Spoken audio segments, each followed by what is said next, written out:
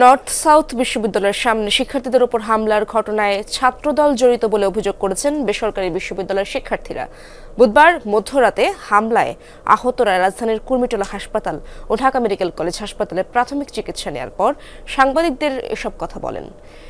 বেসরকারি বিশ্ববিদ্যালয়ের শিক্ষার্থীরা বলেন, কমিটি নিয়ে পাবলিক বিশ্ববিদ্যালয়ের সঙ্গে প্রাইভেট বিশ্ববিদ্যালয়ের বিরাজমান সমস্যা নিরসনের জন্যই সার্জিস আলমের সঙ্গে আলোচনা চলছিল। এমন সময় পরিকল্পিতভাবে 40 থেকে 50 জন বৈষম্য বিরোধী ছাত্র আন্দোলনের কর্মীদের উপর হামলা চালিয়ে কয়েকজনকে গুরুতর আহত করা হয়। হেনস্থা হন সার্জিস আলম।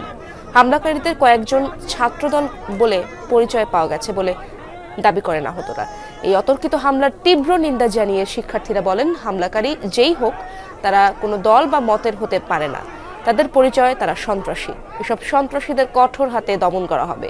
এই হামলার ঘটনায় বেলা 12টায় নর্থ সাউথ বিশ্ববিদ্যালয় ক্যাম্পাসে সংবাদ সম্মেলনে বিস্তারিত তুলে ধরা হবে বলেও জানান তারা।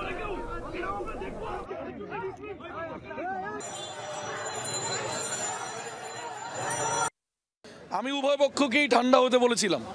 তারপরে কিছু মানুষ আমার উপর উত্তপ্ত হয় এবং আমার বন্ধুদের উপর উত্তপ্ত হয়। তারপরে আমি সেখানে ছাড়াতে গিয়ে আমার এখানে মাথায় বাড়ি লাগে।